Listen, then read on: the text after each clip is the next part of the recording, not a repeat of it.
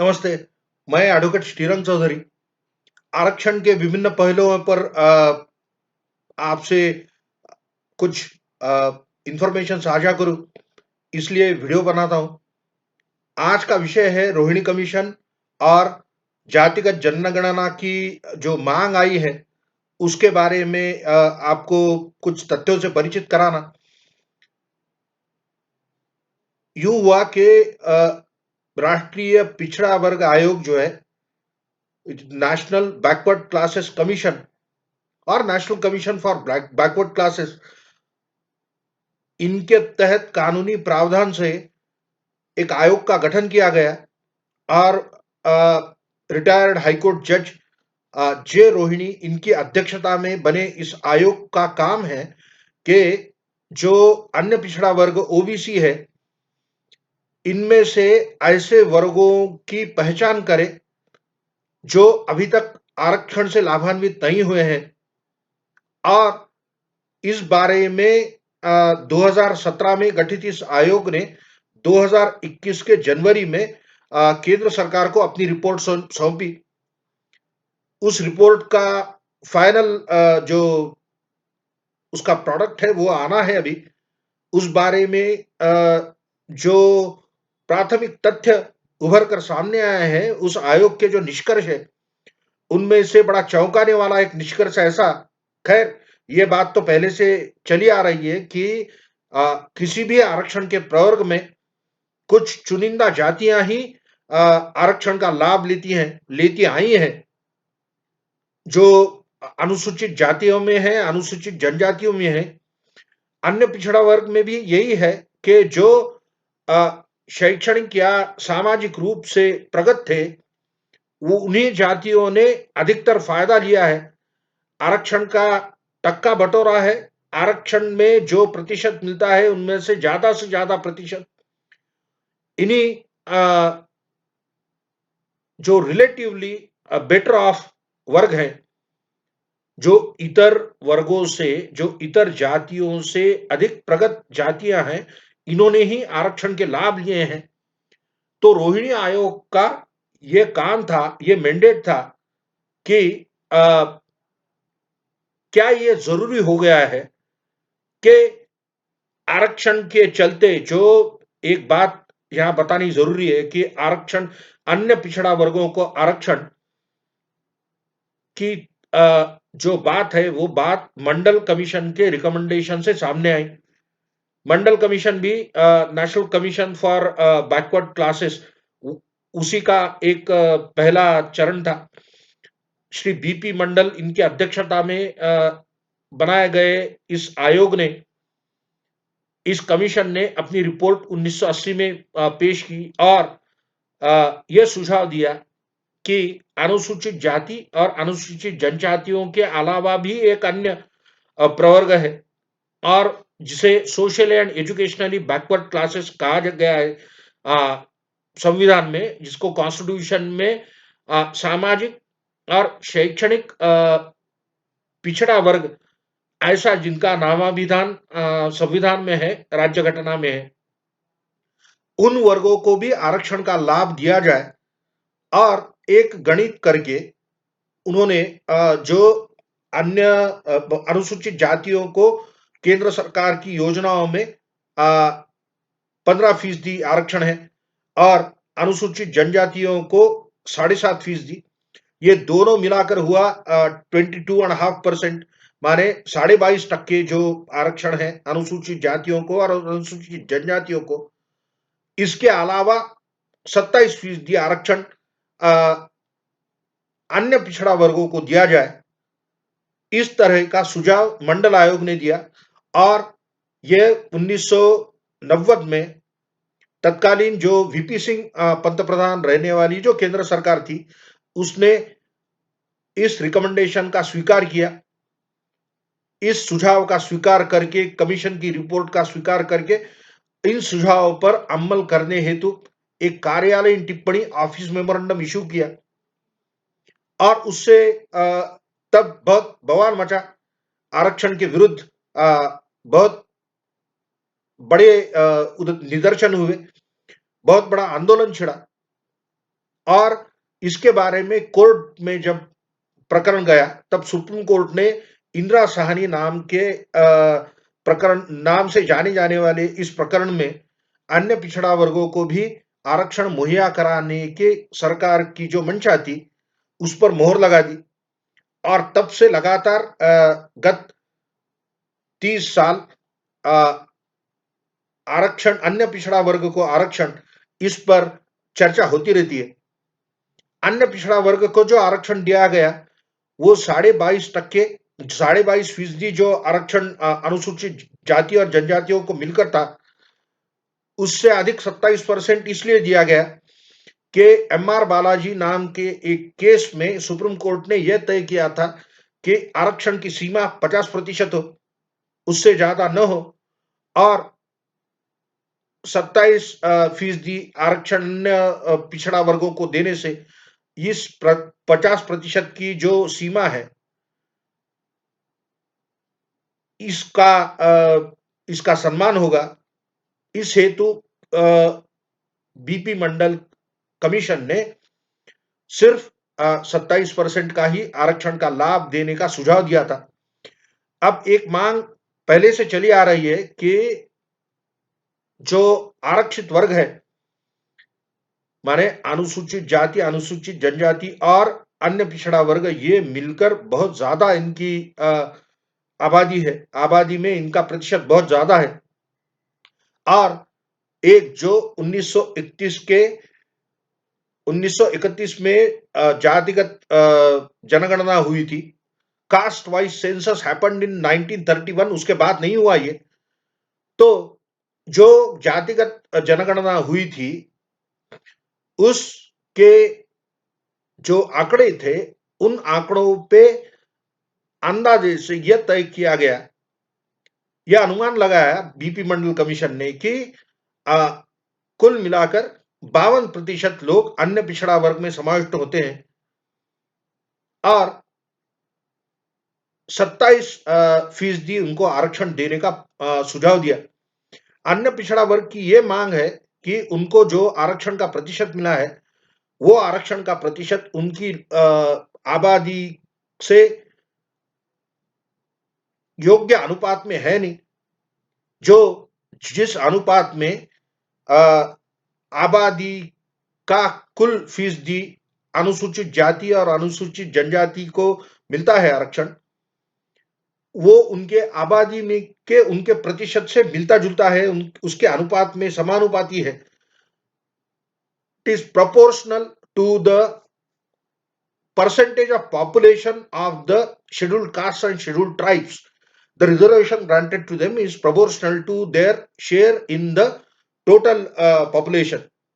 जो कुल आबादी है उनमें उनका जो अनुपात, उसी अनुपात में आरक्षण का लाभ उन्हें दिया गया है, कम ज्यादा कुछ होगा। पर इसके विपरीत जो अन्य पिछड़ा वर्ग है जिनका प्रतिशत आंका गया है 52 और उन्हें आरक्षण सिर्फ 27% है, तो इनका आरक्षण बढ़े, इस हेतु आज की परिस्थिति में उनकी जनगणना की जाए, एन्यूमरेशन शुड टेक प्लेस। और इस हेतु महाराष्ट्र के विधिमंडल में, महाराष्ट्र लेजिस्लेचर जो 2 सदन है, विधानसभा और विधान परिषद, इनका एक संयुक्त सत्र हुआ और इस संयुक्त सत्र ने मांग की कि अन्य पिछड़ा वर्ग का जाति निहाय जनगणना हो, जो 2021 में होने वाली है। हर 10 साल में जनगणना होती है, केंद्र सरकार की तरफ से सेंसस लिया जाता है और ये करने वाला एक संवैधानिक एक बॉडी है। It is a constitutional commission, the census commission.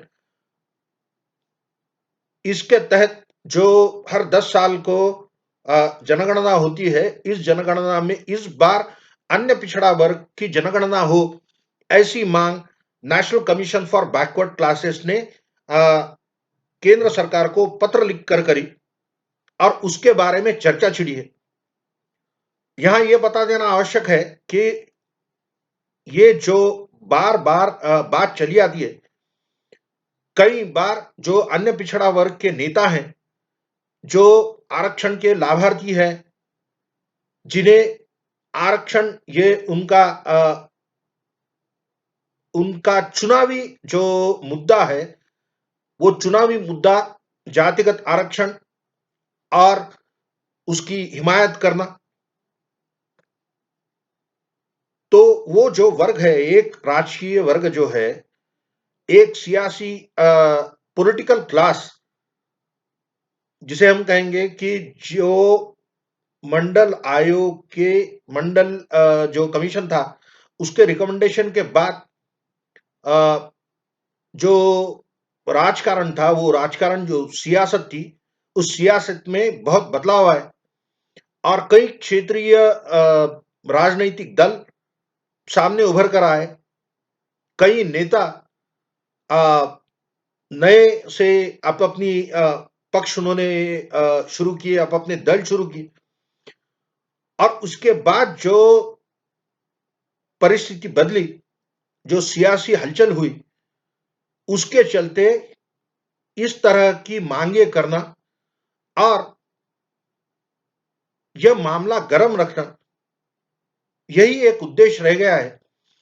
और जो रोहिणी कमीशन का जो रिकमेंडेशन है कि 4 हिस्सों में बंटवारा हो,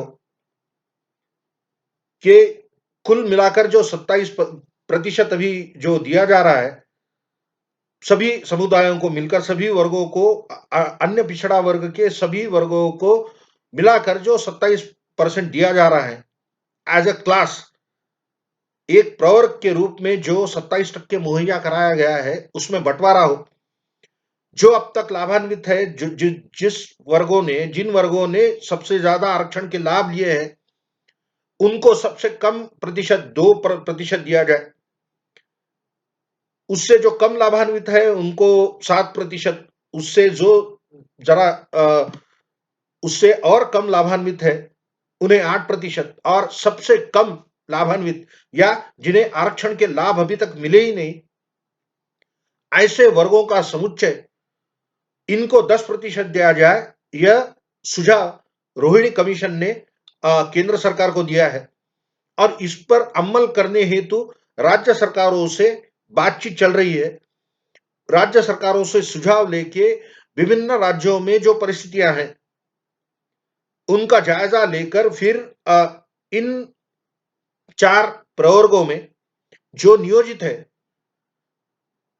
अगर से बंटवारा किया जाए तो किन जातियों को किन प्रवर्ग में डाला जाए, इसके बारे में अभी रोहिणी कमीशन तय करेगी। और यह आने वाले बड़े बदलाव से लोगों का ध्यान इधर से दूसरी तरफ जाए, लोगों का ध्यान बटे इस महत्वपूर्ण जो गतिविधि है, इससे इस हेतु जातिगत जनगणना की मांग कई राजकीय पक्ष, कई राजकीय दल, कई नेता बार बार करते आए हैं कि आरक्षण की उपयुक्तता, आरक्षण की आवश्यकता, आरक्षण की मर्यादा, आरक्षण की व्याप्ति, इस पर चर्चा हो। ऐसा कोई भी मकाम आया, तब तब ये मांग उठी है कि जाति निहाय जनगणना अन्य पिछड़ा वर्गों की होए। और तब तब जब जब ये मांगे उठी हैं, तब तब केंद्र सरकार ने इसको इन मांगों को खारिज किया है। महाराष्ट्र सरकार ने जब, या महाराष्ट्र के विधिमंडल ने जब ये ठराव पारित किया, जब ये प्रस्ताव पारित हुआ कि जातिगत जनगणना हो अन्य पिछड़ा वर्ग की, तब केंद्र सरकार ने उसे यह कहकर टाल दिया कि ऐसी अगर संख्यात्मक कुछ आलेख लिए जाए, तो वो जो integrity of the census exercise will be affected, माने जो एक तरह से कहे कि ये जो गतिविधि है जनगणना, इस जनगणना गतिविधि का जो महत्व है वो कम होगा, या इसको धक्का पहुंचेगा, इसकी जो पवित्रता है इसके जो मायने हैं उनको धक्का पहुंचेगा। और इस तरह का जातिगत जनगणना हम नहीं कराएंगे तो 2021 में तो ये जातिगत जनगणना नहीं होनी है। केंद्र सरकार ने अब तक जो उसके बारे में आदेश दिए हैं उनसे ये स्पष्ट है कि जातिगत जनगणना अन्य पिछड़ा वर्ग की 2021 के सेंसस में नहीं होने वाली। फिर भी बार बार मांग रख के प्रकरण को नए से चर्चा में लाके क्या कुछ हासिल होना है, क्या कुछ क्षेत्रीय दल या कोई राजनीतिक दल इससे हासिल करना चाहता है, वो विषय है कि उसके बारे में लोग समझ ले। जातिगत जनगणना ये प्रस्तुत परिप्रेक्ष्य में देश के हित में है नहीं, राष्ट्र हित में यही है कि अभी जो व्यवस्था चली आ रही है वो व्यवस्था चलती रहे। अगर जातिगत जनगणना हुई तो वो देश के हित में वो अच्छी चीज है नहीं। रोहिणी कमीशन उसका कार्य, उसका उद्देश्य और जो उन्होंने रिपोर्ट पेश किया है उसके बारे में आपको बताना और जनगणना जातिगत न हो इस हेतु जनजागरण हुए, इसलिए ये वीडियो प्रस्तुत है। मैं एडवोकेट श्रीरंग चौधरी, आपने ये सुन लिया, धन्यवाद। अगर आपको मेरे विचार पसंद आए तो आगे शेयर करना न भूले। Kindly subscribe to my channel and register your likes. आप अगर मेरे विचार चाहते हैं तो आपके लाइक्स रजिस्टर कराइए, आगे अन्य लोगों को ये साझा कीजिए। धन्यवाद।